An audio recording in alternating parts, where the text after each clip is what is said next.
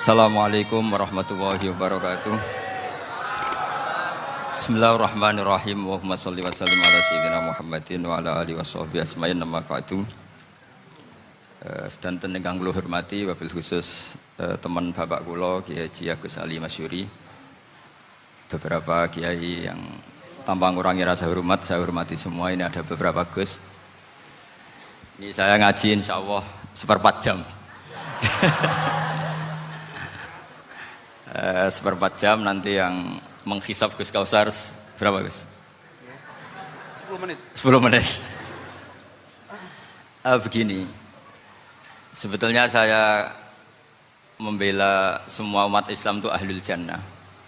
Karena saya ini ibarat marketing. Kalau orang Kristiani itu kan setiap orang mati sudah tenang bersama Bapak di surga. Jadi kampanye itu menarik sekali. Sementara kita sudah kiai, sudah imam masjid, sudah ulama, masih saja dikhawatirkan su'ul khotimah. Ini kalau kampanye ini tidak imbang, ini nanti saya takut kalah.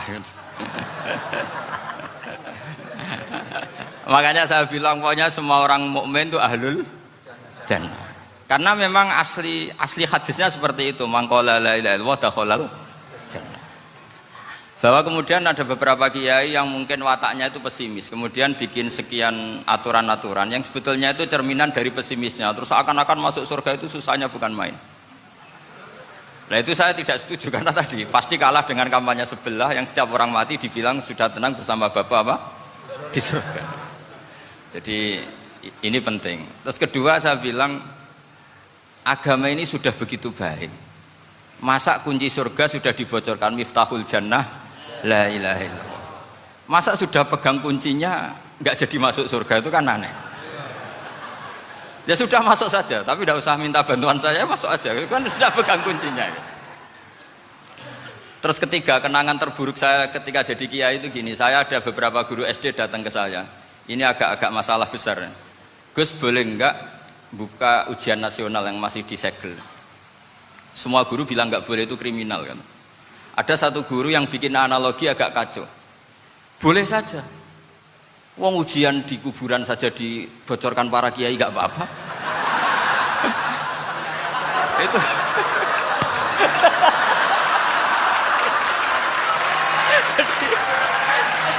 Tapi ini kriminal ya. Perhatian kepada kiai, nggak boleh memukul pemateri.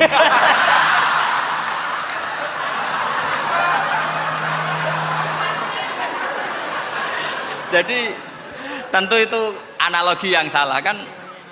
Marrobuka kan, Tuhan kamu siapa, Nabi kamu. Tuhan kamu siapa, Nabi kamu siapa, imam kamu siapa. Ini kan sudah dibocorkan oleh para kiai. Artinya apa? Nak raiso jawab kebablasan gitu.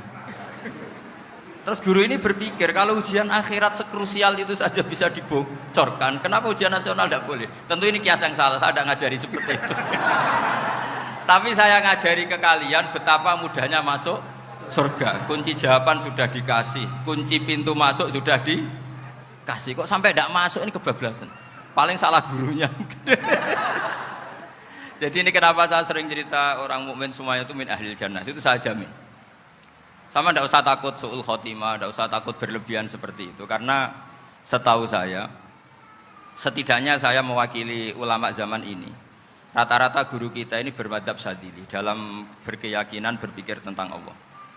Di antara ini yang mulai saya ngomong serius, supaya tadi kan guyonannya sudah diambil Gus Reza sama Gus Kausar. Saya tahu kenapa mereka guyon. Kalau ngomong serius takut kalah sama saya.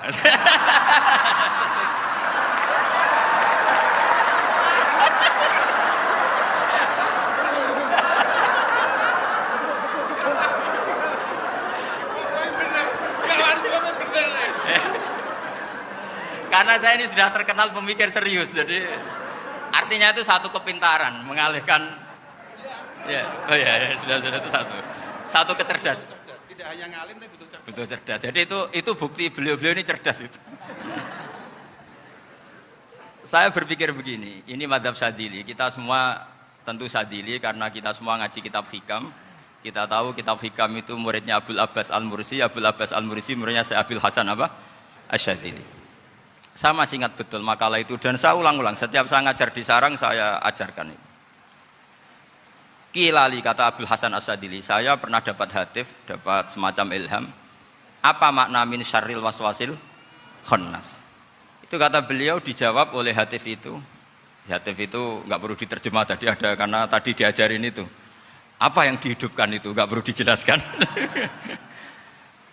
Kata hatif tadi, waswasun yadkhulu bainaka wa baina habibika yunsika altofahu alhasanah wa yudzakiruka af'alaka asai'ah wa yukassiru indaka dzatas shimal wa yuqallilu indaka dzatal yamin liya'dila bika an husnidzanni billah ila su'idzanni billah. Jadi yang dikatakan waswas adalah kamu digiring untuk hanya ingat sisi-sisi kamu yang negatif, dilupakan bahwa Anda punya sisi-sisi yang positif. Misalnya seperti ini, mungkin secara fikih tadi banser-banser tegas, wah ini masalah lelaki perempuan dipisahkan gini-gini. Tapi kenapa Ghazali bilang ya sudah gini gak apa-apa. Sebetulnya ada rukhsah itu karena ini di depan umum. Yang paling pantangan Nabi itu la yakhluwanna rajulun bimra'atin. Ini ada yang menjaminnya gitu. Malah khawatir saya di sini dipisah tapi setelah berduaan nggak bisa. Jadi toleransinya karena ini di depan umum. Itu masih ada toleransinya. La yakhluwanna rajulun bimra'atin. Begitu juga ketika kita dosa, misalnya kita dosa. Orang Islam setiap dosa itu pasti ingat salahnya, kemudian istighfar. Dan ketika satu kebaikan dibandingkan keburukan, itu kata semua ulama, karena sayyi'ah itu bernilai 1, kebaikan bernilai apa? 10. Itu masih surplus berapa? 9. Jadi itu cara berpikir Abdul Hasan Asyadili. Kenapa kamu harus berpikir positif tentang Tuhan? Sekali berpikir tentang negatif, itu bahaya betul. Misalnya begini, kamu berpikir tak rewangi jadi kiai, sujud, rukuk, ternyata aku tetap lebu neraka, gunanya apa? Itu menurut saya kan nggak punya akal. Sujud itu satu kelaziman menghamba kepada Allah. Normalnya seorang hamba itu ya sujud. Kemudian gara-gara kamu ingin masuk surga, terus logika kamu dibalik, gunanya apa saya sujud? Ternyata saya masuk neraka. Itu pertanyaan yang benar-benar bodoh dan itu menjadikan Allah benci. Logikanya dibalik begini. Ini saya ngomong serius karena ini bentuk kemenangan saya ini bentuk kemenangan saya. Saya berkali-kali ngomong di kota pelajar di Jogja karena banyak pengujinya juga. Bukan sekedar pendamping tapi penguji. Banyak yang profesor, bukan sekedar doktor, banyak yang profesor. Jadi biar ini dok. Begini. Saya pernah ditanya sama seorang dosen, Gus, saya ini ngaji hadis banyak, tapi ada yang saya tidak paham, yaitu mangkola la ilaha illallah dakhalal jannah, ada kalimat wa in zana wa in saraka. Meskipun pernah zina, pernah maling. Ini kan seakan-akan mentoleransi perzinaan dan pemalingan. Terus saya bilang, oh makna hadis itu seperti ini. Jadi kebenaran absolut, kebenaran yang mutlak itu tidak akan terganggu oleh status perilaku seseorang. Saya berkali-kali memberi contoh. Orang yang ditangkap KPK akan bilang 1 tambah 1 2. KPK-nya juga bilang 2. Rivalitas dalam politik, Pak Prabowo ya bilang 2, Pak Jokowi juga bilang 2. Orang yang zaniyah, yang lonte pun akan bilang 2. Muftinya juga bilang 2. Ketua MUI-nya juga bilang 2. Artinya gini, kebenaran yang absolut adalah kebenaran yang siapapun akan meyakini seperti itu. Seperti 1 ditambah 1 2. Kamu punya musuh bilang 2. Kalau ibu-ibu ini punya maru ya marunya bilang 2 tadi tambah mama. Enggak tahu saya terjemahnya apa tadi. Nah, kebenaran yang absolut itu kebenaran yang siapapun pasti mengakui. Dan uniknya begini, saya pernah ngaji acara himmah, acara pondok sarang di Demak. Kalau kamu bilang 1 ditambah 1 menjadi 2, untuk mengatakan 2 itu kamu butuh hadiah enggak? Mereka semua jawab enggak. Kita semua enjoy saja mengatakan tembok itu putih. Kenapa? Karena memang putih. Kita mengatakan 1 tambah 1 2 karena memang kita tanpa presentasi dapat hadiah, dapat penghormatan. Kenapa untuk mengatakan Allah itu Tuhan kita butuh surga? Memangnya kalau tidak ada surga Allah tidak jadi Tuhan? Ini problem orang soleh-soleh yang terlalu pesimis. Makanya nanti orang-orang soleh itu masuk surganya berat. Tapi kalau orang alim lebih gampang kira-kira seperti itu. Iya, karena kan imannya lebih bagus. Dalam hadis qudsi, Allah ini yang dibuli orang-orang soleh. Laulam akhluk jannatan wala naron alam akun ahlan an uto'a. Dalam hadis qudsi itu. Kalau saja saya tidak menciptakan surga dan neraka, apa saya tidak jadi Tuhan yang perlu ditaati? Apa kalau kamu tidak saya kasih uang 1 juta terus bilang 1 tambah 1 11? Enggak kan? Tetap bilang berapa? 2. Kalau kebenaran absolut yang 1 tambah 1 kamu bilang 2 meskipun tanpa mendapat hadiah. Kenapa untuk bilang Allah Tuhan kamu butuh hadiah surga? Itu kan serai ikhlas belas. Makanya saya terus mengajarkan ikhlas. Ikhlas itu bisa dilatih dengan akal, dengan pikiran, bil ilmi lah. Harus dilatih. Nah di sini ini momen atau makna yang mestinya harus difahami wa inzana bahwa kalimat ini sah meskipun dilafatkan seorang yang pernah zina. Sama seperti 1 tambah 1 2 sah, diucapkan siapa saja sah. Dan siapapun akan mengucapkan itu secara ikhlas. Ini penting saya utarakan. Sehingga setelah ada firqah-firqah takfiri yang mengatakan orang megang keris itu syirik, ke kuburan syirik, ini syirik. Itu salah besar. Salahnya adalah tadi kalimat-kalimat atau kebenaran-kebenaran absolut ini sudah jadi sibghata wa man ahsanu minallahi sibghah. Kalimat ini begitu absolut di hatinya orang mukmin. Sehingga ketika terganggu oleh hal-hal yang adat istiadat kayak pegang keris, kayak apa, ini tidak mengganggu. Tetap kualitas iman ini di atas keyakinan adat membawa apa keris. Kalau orang membawa keris menjadi syirik karena percaya sama makhluk. Orang misalnya kejawen kalau nggak bawa keris nggak nyaman. Orang kota itu kalau nggak bawa ATM juga nggak nyaman.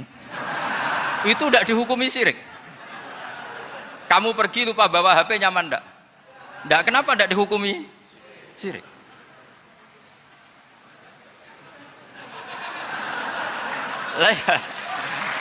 Jadi ini logika-logika. Jadi makanya ini Gus Reza boleh ngeritik saya itu berkali-kali bilang saya termasuk ulama yang mau bikin gerakan cangkem elek.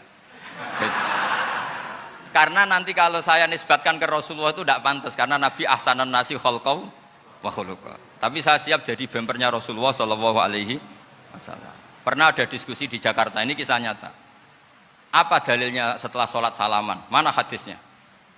Itu dijawab hadisnya tentu kita kesulitan. Kalaupun ada hadisnya dhaif semua yang masalah musafahah. Akhirnya mau tidak mau dijawab pakai cangkem elek. Boleh enggak kamu setelah salam nyalain HP yang off? Boleh. Boleh enggak ke kamar mandi? Boleh. Oh berarti kencing boleh, nyalain HP boleh, yang enggak boleh itu ingat Allah. Karena mereka mengkritik wiridan, ngeritik salam. Akhirnya mikir deh. Ada enggak hadisnya orang setelah sholat nyalain HP? Enggak ada kan? Tapi mereka nyalain HP enggak hambatan, tapi untuk salaman masalah kan. Ke kamar mandi boleh, tapi untuk wiridan enggak boleh. Akhirnya mereka sadar, oh iya. Lama-lama dibisi gini yang kelompok itu. Kamu itu korban aliran supaya kamu enggak ingat Allah, ingatnya HP-nya. Sehingga orang wiridan kamu kritik, orang nyalain HP enggak kamu kritik. Itu kelompok itu adalah kelompok orang-orang yang supaya orang Islam itu lupa Tuhannya. Itu gerakan cangkem elek, tapi jadikan orang sadar. Jadi ini penting. Jadi kalau kamu tidak bisa bela agama dengan jalan yang lurus karena tidak bakat gitu, nggak apa-apa pakai cangkem elek tadi. Karena nggak mungkin gerakan ini dinisbatkan kepada Rasulullah Shallallahu Alaihi Wasallam. Kalau soal sanad saya punya sekian sanad tentang itu, tapi tidak usah kamu ikuti. Ada orang tanya, ya Pak Kiai kalau setan dibakar di neraka panasan enggak? Ya panasan. Lo kan setan dari api, ngapain harus panasan? Kan materinya sama. Terus Kak Kiai tadi gak kesulitan, dia ngambil pasir, disawero di wajahnya. Wah sakit Kiai, kamu kan dari tanah, kena tanah kok. Jadi itu ada sekian, artinya gini ya, kalau kesulitan jawab pakai baik-baik ya sudah pakai cangkem elek itu aja kan. Nah, tapi tentu kan gerakan ini tidak mungkin dinisbatkan kepada para nabi. Tapi saya pastikan meskipun nggak bisa dinisbatkan kepada para nabi dari segi cangkem elek tadi, tapi secara semangat itu sama. Saya punya sekian contoh. Benar Gus Riza tadi gojlok saya ngawur-ngawurnya itu masih punya sanad. Itu pas saya ngawur pun masih punya apa? Sanad. Nabi Ibrahim itu ketika faja'alahum juzatan illa kabiralahum itu si berhala paling besar dikasih kapak. Ketika mereka geger, ini siapa yang berhala kecil? Kata mereka, sami'na fata yadhkuruhum yuqalu lahu Ibrahim. Ya kira-kira Ibrahim lah gitu. Terus setelah Ibrahim didatangkan, siapa yang melakukan ini semua? Ini jawaban Nabi Ibrahim, bal fa'alahu kabiruhum hadza. Ya tanya yang bawa pedal, saya kan enggak bawa kan. Terus kata orang-orang, otak kamu itu di mana? Masa berhala disuruh nanya, kan nggak bisa ngomong. Ibrahim kembalikan, uffil lakum walima ta'buduna min dunillah. Lalu otak kamu di mana? Sudah tahu nggak bisa ngomong kok disembah gitu. Itu ada kata uffin loh. Uffin itu kalau diterjemah kira-kira ya agak-agak jancuk gitu. Kira-kira ya kira-kira seperti itu. Jadi Sekarang dalilnya jancuk apa Gus? Bahkan juga biasa misalnya saya bilang sudah itu. Gimana? Jancuk itu dari su, tinggalkanlah suan perkara sing elek. Krono ilate wong Surabaya kakean rawon, akhirnya ngomongnya jancuk.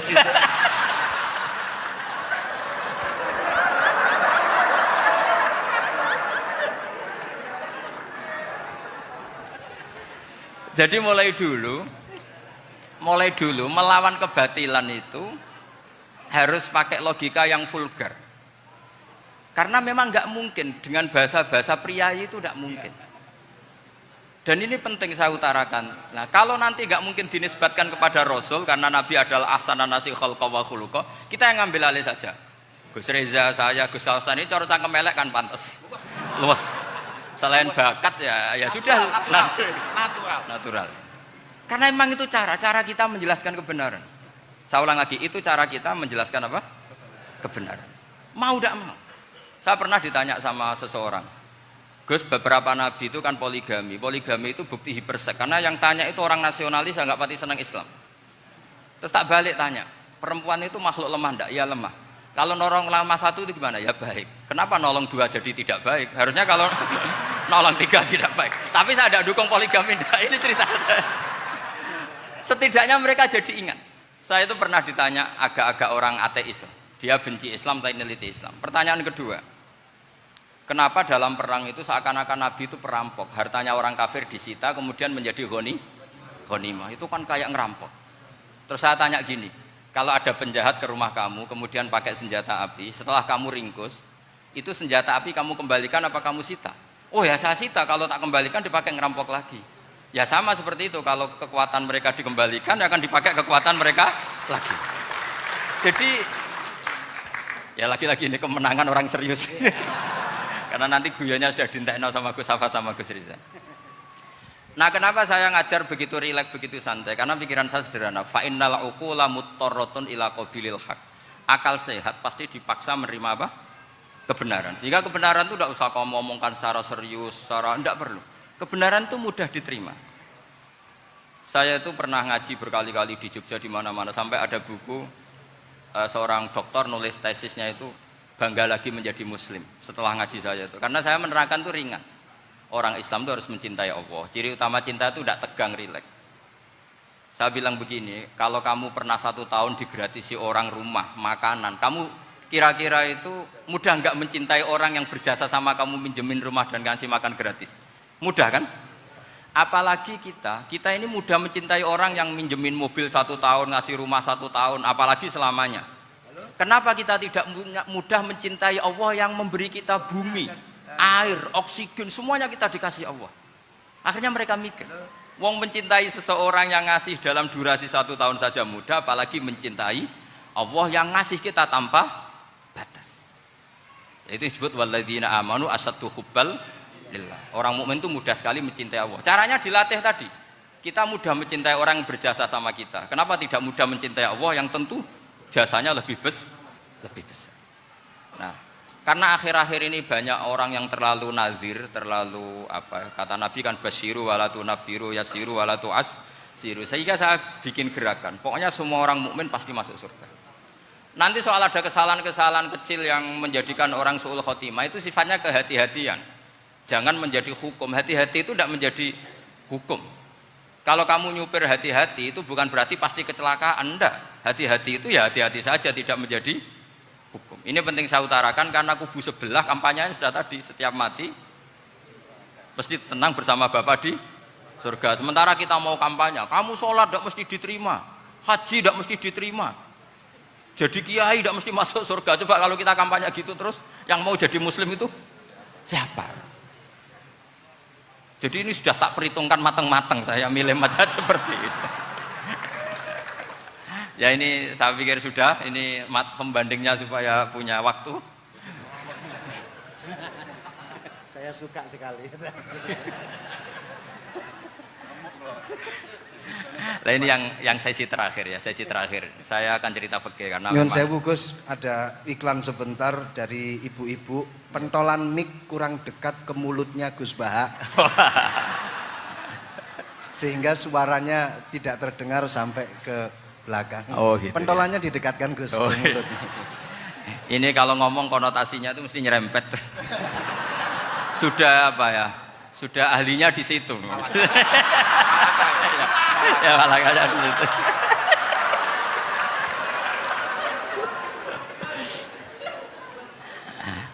Dalam sesi terakhir saya cerita pentingnya pembanding. Imam Rafi'i itu yang ngarang kitab Muharrar. Kitab Muharrar ini adalah ringkasan dari kitab Al-Wasit. Al-Wasit itu karangannya Imam Ghazali. Al-Wasit sendiri ini khas ngaji NU, karena NU maknanya Nahdlatul Ulama, gerakan para ulama.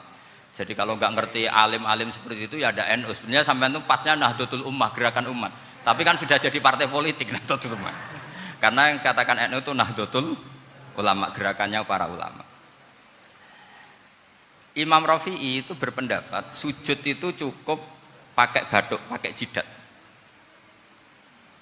Itu dalam kitab Muharrar. Wal asoh anna sujud yasihu mau cukup biwat iljabah.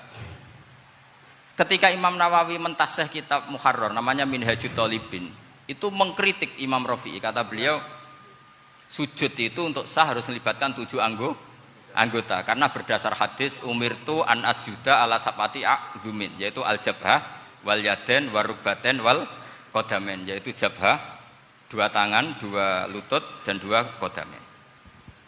Akhirnya saya ngecek di kitab asli, Imam Rafi'i termasuk Ashabut Tarjih dan Imam Nawawi. 2 orang ini khilaf. Kan nggak mungkin kita sebagai musokhehnya, karena yang khilaf ini 2 ulama besar, satu Imam Rafi'i, satu Imam siapa? Nawawi. Kita tidak bisa hanya ngikuti Fathul Mu'in yang mengatakan idzakhtalafan Nawawi war Rafi'u kudiman Nawawi, tidak bisa, karena Imam Nawawi ini sering nginduk sama kitabnya Imam Rafi'i karena senior Imam Rafi'i. Setelah saya cek di kitab kitab asli Mamba ya, satu sumbernya semua mazhab apa? Syafi'i. Ternyata Imam Syafi'i nak ngedikan hanya begini. Wa uhibbu, saya suka setiap orang Islam sujud itu melibatkan 7 anggota karena itu aman, pasti sah. Tapi wayah tamilu, kata beliau, tapi mungkin saja sujud hanya watul jabah itu sah. Kenapa kata Imam Syafi'i? Liqaulihi sallallahu alaihi wasallam atau li du'aihi apa sallallahu alaihi wasallam fi sujud sajadalaka wajhi wa sam'i wa basari. Nabi ketika sujud itu hanya berdoa, ya Allah sujud kepada engkau wajhi wa sam'i wa basari. Nabi tidak menyebut wayadi warubati wa qadami. Sehingga saya berkali-kali bener kata Gus, saya ini pembela umat. Sing sujude 7 anggota ya tak lem, pantes dadi Rais Suriah. Itu. Yang sujude bathuk tok ya tetap sah ngikuti mazhabnya Imam Rafi'i. Meskipun itu tidak saya anjurkan. Tentu tidak saya anjurkan. Alasannya Imam Syafi'i tadi, Rasulullah pernah berdoa dengan kata-kata sajadalaka wajhi, bukan diteruskan wayadi warubati wakoda. Sehingga fal khilaf huna bakin ala khiddati kalau dalam bahasa fikih. Khilaf biar tetap sesuai aturan khilaf masing-masing. Enggak perlu kamu menggugurkan pendapat Rafi'i yang mengesahkan sujud hanya pakai jabah. Ini penting karena tadi seperti saya katakan, yang sujud anggota itu ya masuk swarga mergo pintere, sing nganggo bathuk tok yang mlebu swarga mergo gobloke tadi, karena aksaru ahlil jannah al-bulhu. Nah ini madhab saya. Jadi saya itu ingin umat Islam itu baik-baik saja. Iya betul. Madhabin jenengan. Ya. Karena tidak mungkin lah kita tidak bela Islam di zaman akhir, tidak mungkin, karena di kubu sebelah kampanyenya sudah seperti itu. Kalau kita ngomong ikhtiyat, kiai ra mesti mlebu swarga, sing salat ngethuk ra mesti husnul khotimah, wah akan jadi repot. Saya ini pengagum teori ikhlas, dilatih bil ilmi, saya ulang lagi, dilatih bil ilmi. Saya ini malunya tadi saya mengatakan 1 tambah 1 2, itu meskipun tidak ada yang memberi hadiah tetap saya katakan 2. Saya mengatakan air itu dingin, tidak ada yang ngasih hadiah, saya akan bilang kalau air itu dingin, kalau api itu panas. Untuk hakikat-hakikat seperti itu saja saya jujur tanpa ingin imbalan. Tapi ketika hakikat mengenai Allah kok saya minta imbalan surga dan neraka, ini apa-apaan? Kira-kira gitulah, Rois Suriah macam apa gitu.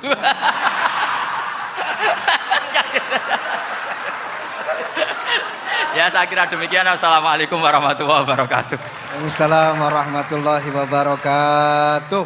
Alhamdulillah. Baru kali ini ada seminar yang dikritik terus sama pemateri itu pendampingnya. Mestinya pembandingnya.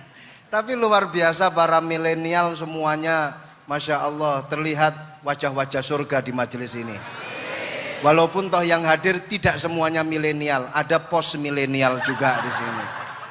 Ada yang Gus dan juga ada yang Kiai. Kalau Gus biasanya kan masih bisa tolah-toleh, kalau Kiai harus fokus. Tapi yang paling fleksibel di PWNU Jawa Timur, yang paling enak itu adalah beliau, Kiai Haji Agus Ali Mazhuri.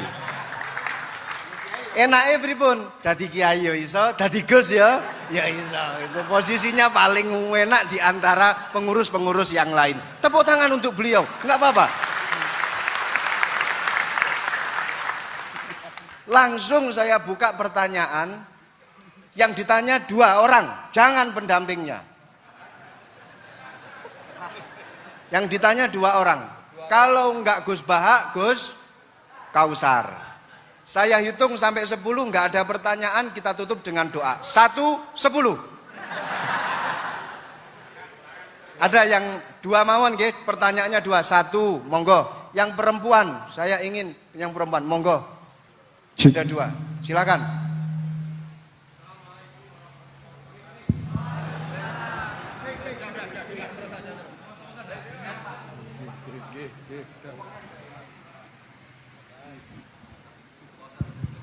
Bismillahirrahmanirrahim. Assalamualaikum warahmatullahi wabarakatuh.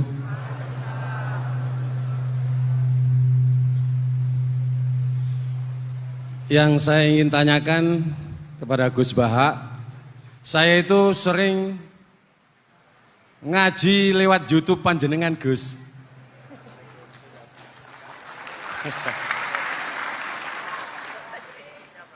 Insya Allah ilmu saya tambah walaupun tidak banyak. Yang saya tanyakan, nopo ilmu kula niki barokah? Yang pertama, karena saya ngaji lewat YouTube panjenengan, saya tidak izin. Untuk itu hari ini saya izin panjenengan. Mudah-mudahan ilmu ingkang saya dapat dari panjenengan niku saged barokah niku Gus. Terima kasih. Wassalamualaikum warahmatullahi wabarakatuh. Waalaikumsalam warahmatullahi wabarakatuh. Langsung mawon Gus nggih, yang satunya dulu. Siapa aja? Oh gitu. Monggo Gus. Itu tetap barokah dan kebaikan itu mah nggak perlu minta izin. Kalau kebaikan minta izin jadi repot. Jadi kalau dalam kitab fikih disebut iktifaan bil idzni syar'i, karena syara akan selalu memberi izin sama kebaikan. Itu udah hanya masalah YouTube sampean. Tadi melihat wajah Gus Ali ibadah, pamit dulu.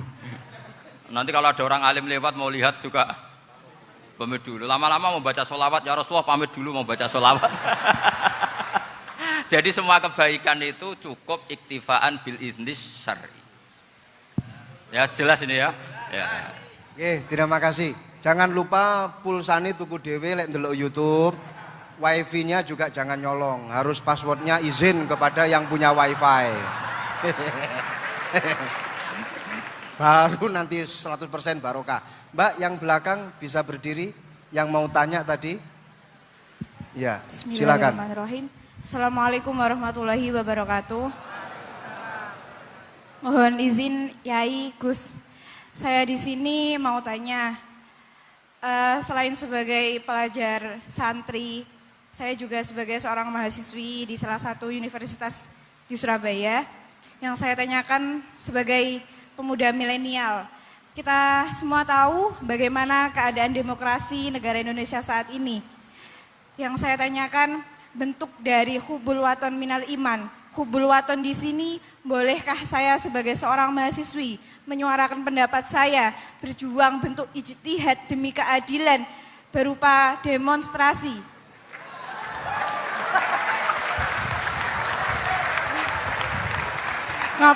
Ngapunten. Yang saya tanyakan di sini, bagaimana menurut Gus?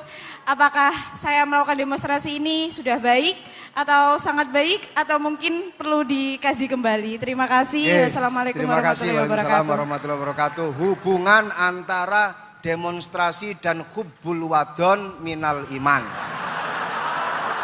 Hah? Oh ya, hubbul waton minal iman. Monggo Gus.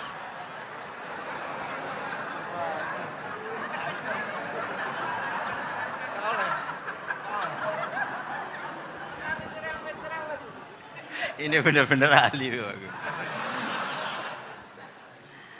Begini kan, demonstrasi itu kan makna pokoknya itu kan apa?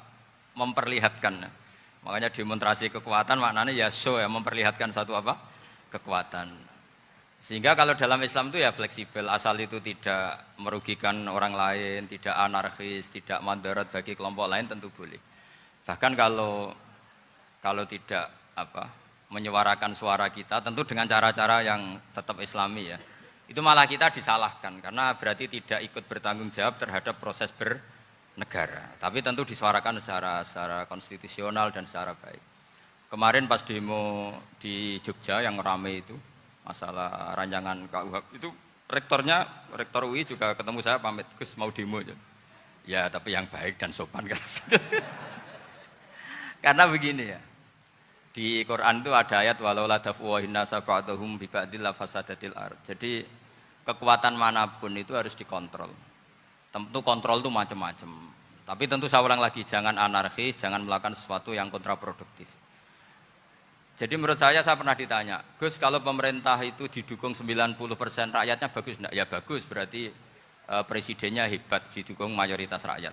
Kalau hanya 55 ya bagus, presidennya biar tahu, biar hati-hati karena dipilih